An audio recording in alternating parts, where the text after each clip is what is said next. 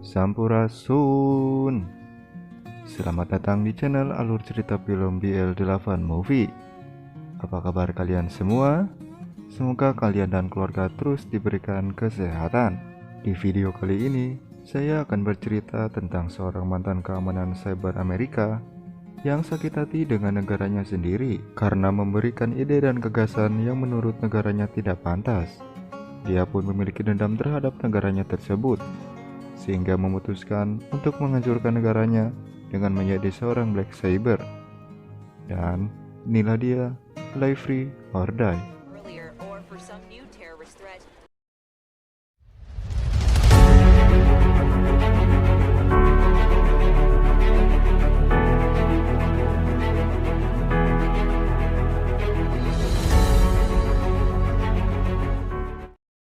Diperlihatkan seorang pria yang sedang membuat sebuah kode khusus atas permintaan dari kliennya yang dijalankan oleh Milin sebagai pembantunya.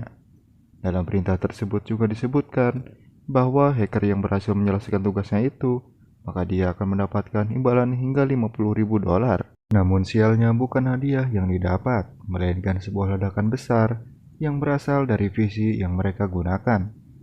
Dan nampaknya hal itu juga akan dialami oleh pria ini.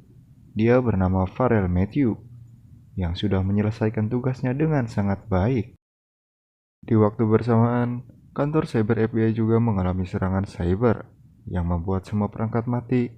Meskipun serangan itu tidak berlangsung lama, atasan mereka yang bernama Miguel Bowman itu merasa ada yang janggal. Ia menduga kejadian itu bukan dari kegagalan sistem, melainkan sebuah serangan dari seorang hacker. Lalu ia menyuruh untuk mencari tahu sebab dan siapa pelakunya. Di tempat lain, di sebuah parkiran, dua sejoli yang sedang asik berseloleh. Tiba-tiba mereka didatangi oleh seorang pria. Dia bernama John McClane, ayah dari si pelontong. Ini bebenguknya. Dia bernama Lucy McClane. Di sini terlihat hubungan ayah dan anak ini sedang tidak harmonis. Bahkan Lucy pernah mengatakan kepada pacarnya bahwa ayahnya sudah lama meninggal. Emang pelontong ya budak. Lalu Lucy meninggalkan ayah dan pacarnya itu. Di dalam mobil, John mendapat tugas untuk menjemput seorang hacker, yaitu Farrell Matthew, karena John adalah seorang detektif di Federasi FBI. Sementara itu, terlihat Matthew yang sedang berkomunikasi di PC-nya, tak sadar bahwa PC-nya sudah dimasukkan sebuah virus yang akan meledak sama seperti pria di awal film jika menekan tombol delete. Beruntung John datang tepat waktu saat Matthew akan menekan tombol delete. Di luar terlihat sekelompok orang yang akan melakukan misi lainnya dengan langsung menembak untuk membunuh Matthew. Saat Matthew berjalan ke arah jendela, tiba-tiba ada sebuah tembakan yang mengarah kepadanya. Beruntung tembakan itu masih meleset, dan si John pun langsung menarik Matthew untuk berlindung. Mengetahui bahwa target mereka mempunyai perlawanan, mereka pun keluar. Di sini si John langsung menyambut mereka dengan melemparkan gas pemadam api lalu ditembaknya. Alhasil, satu orang pun terlempar jatuh keluar, dan si John pun berusaha menahan mereka. Di sini John berhasil membunuh satu orang lagi.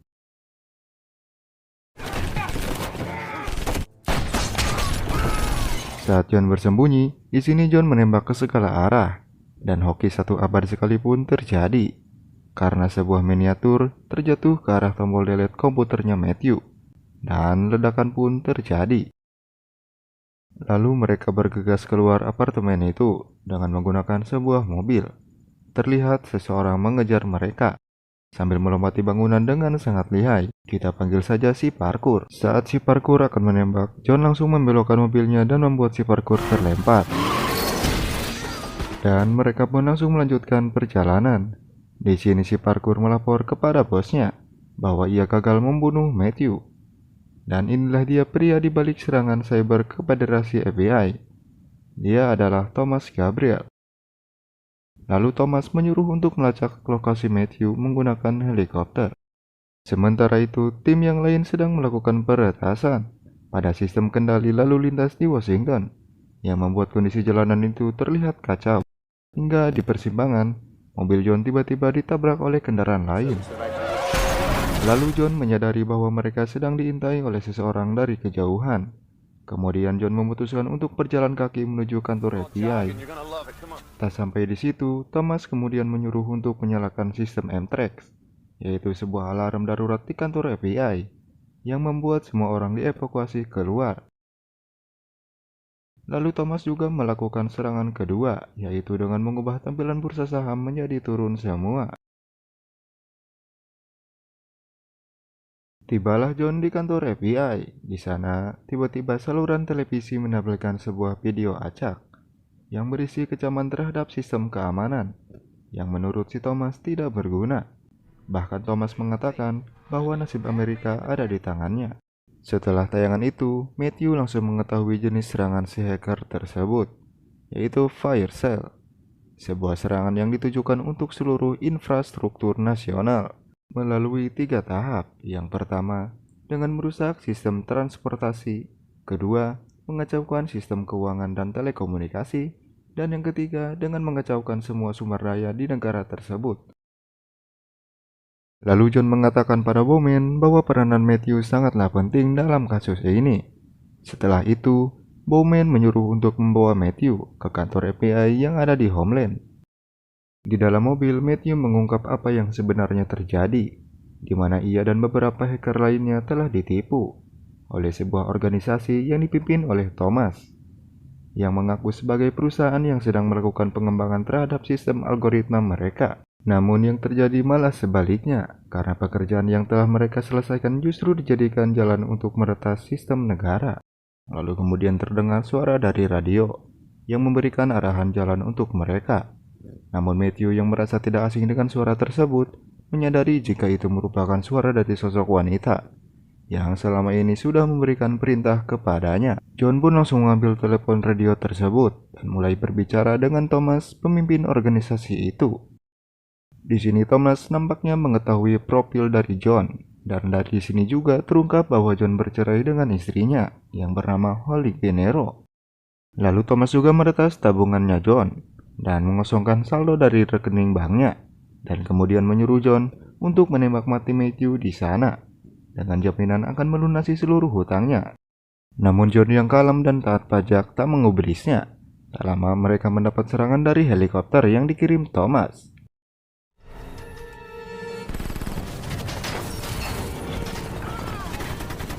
Dan aksi kejar-kejaran pun terjadi.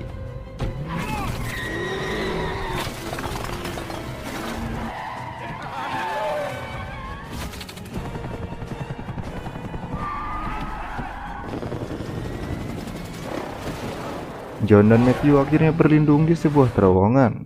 Namun sialnya, lalu lintas di sana telah diretas oleh Thomas, yang membuat kecelakaan beruntun terjadi di sana.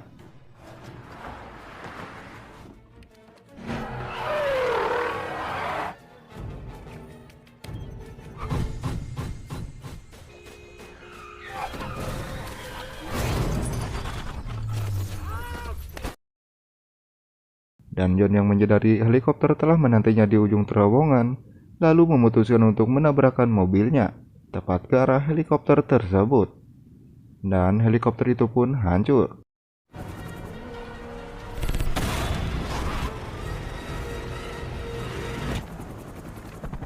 Di sini John pun selamat setelah melompat keluar dari mobilnya. Kemudian Thomas mendapat laporan bahwa John dan Matthew berhasil kabur. Lalu ia melanjutkan aksinya dengan tahap ketiga, di mana kali ini ia tengah memerintahkan timnya untuk masuk ke ruang server B dengan tujuan untuk mendapatkan semua data penting milik negara.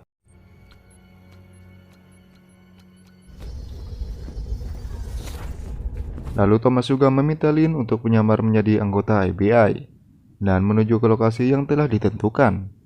Thomas juga kembali meretas semua stasiun TV dengan menampilkan video gedung putih yang tiba-tiba hancur oleh ledakan dahsyat. Sontak saja semua warga di sana pun terkejut, termasuk Bowman yang langsung berlari menuju ke lokasi gedung untuk memastikan kondisinya, yang ternyata itu hanyalah tampilan palsu dalam video saja. Melihat semua aksi yang telah dilancarkan oleh kelompok cyber itu, Matthew mulai memprediksi tindakan apa yang akan penjahat itu lakukan berikutnya.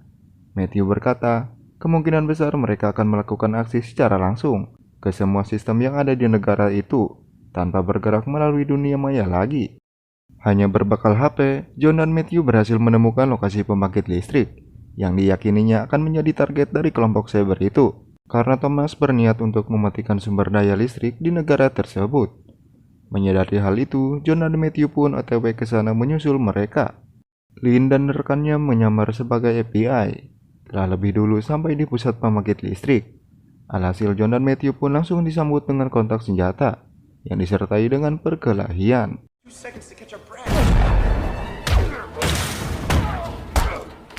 Tak butuh waktu lama bagi John untuk melumpuhkan satu penjahat, sampai ia dan Matthew yang menuju ke pusat ruang kontrol mendapat Lynn yang tengah melakukan aksinya dengan mematikan suplai listrik di beberapa wilayah di Amerika.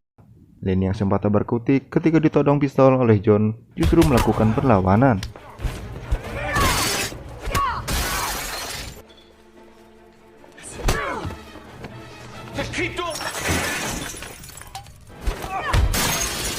Sampai memaksa John menggunakan sebuah mobil untuk menabrak si Lynn, sampai masuk ke sebuah lift, dan bergelutan pun terjadi sampai si Lynn terjatuh dan modar.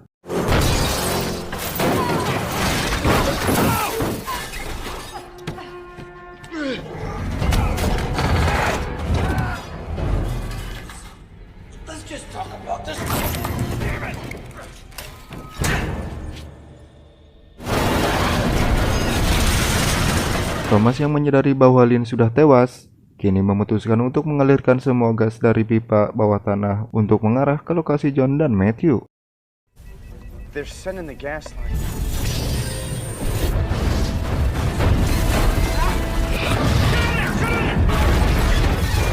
John dan Matthew yang sempat menyelamatkan diri dari ledakan itu, terlihat menggunakan helikopter untuk menuju ke tempat seorang hacker yang bernama Warlock, yang merupakan teman dari Matthew, dan diyakini akan menjadi satu-satunya orang yang bisa membantu dalam kasus kali ini.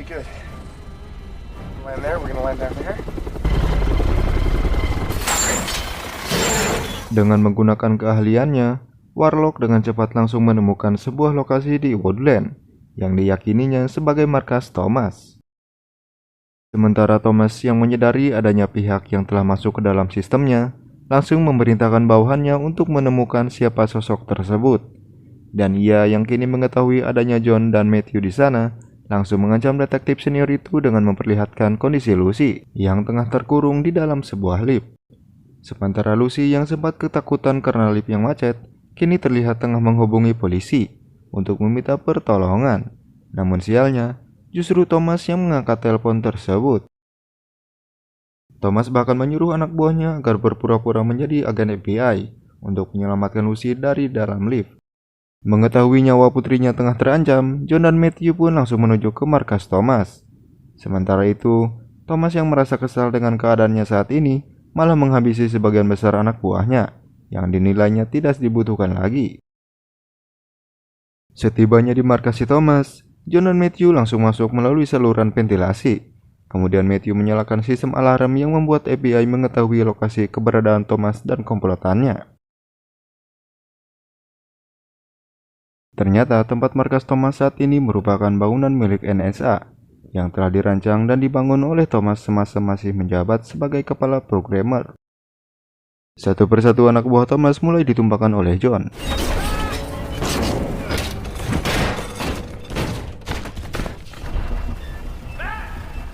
Matthew yang kini telah masuk ke ruang server utama mulai mengambil alih sistem di sana, namun justru malah ketahuan dan Matthew kini diserahkan ke Thomas untuk menjadi sandera bersama Lucy. Tak lama kemudian, anak buah Gabriel memberitahu bahwa Pentagon baru saja mengarahkan jet tempurnya untuk mengarah ke lokasi mereka. Mengetahui markasnya sudah tidak aman lagi, Thomas kini memutuskan untuk kabur dari sana dengan menggunakan sebuah truk bersama dengan Lucy dan Matthew. Di waktu yang sama, Bowman terlihat tengah dalam perjalanannya bersama beberapa anggota FBI menggunakan helikopter untuk menuju ke Woodland. John yang mengetahui aksi Bowman kini meminta Predik untuk menghubungkannya melalui saluran radio untuk memberitahu keberadaan sasaran mereka yang ternyata telah kabur. Namun sialnya, lagi-lagi Gabriel mengetahui aksi John hingga ia pun meretas radio jet tempur dan memerintahkan pilot menargetkan pada sebuah truk yang sedang dikendarai oleh John. Alhasil, jet tempur pun langsung menemukan truk yang dikendarai oleh John, dan serangan dikerahkan hingga membuat banyak ledakan di sana.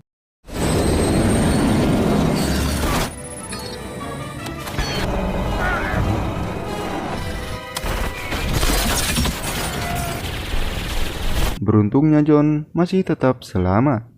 Bahkan jet tempur yang telah memburunya kini malah hancur.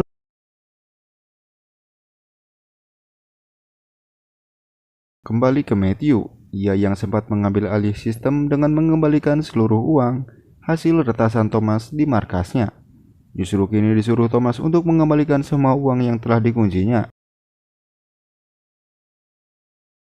Tiba-tiba muncullah John yang langsung menodongkan pistolnya tepat ke arah si Thomas.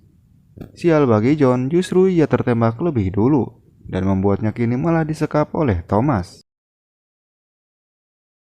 Di bawah todongan pistol, John yang menyadari posisi Thomas saat ini yang tepat berada di belakang tubuhnya dengan sengaja melakukan tembakan sampai menembus tubuhnya sendiri yang langsung mengarah ke bagian dadanya si Thomas. Alhasil, Thomas langsung modar seketika. Sementara Matthew terlihat melakukan perlawanan kepada beberapa kawanan penjahat di sana. Dan seperti biasa, sebuah tradisi film terjadi, yaitu kedatangan pasukan penyelamat yang padahal semuanya sudah habis dibunuh. Dan film pun selesai.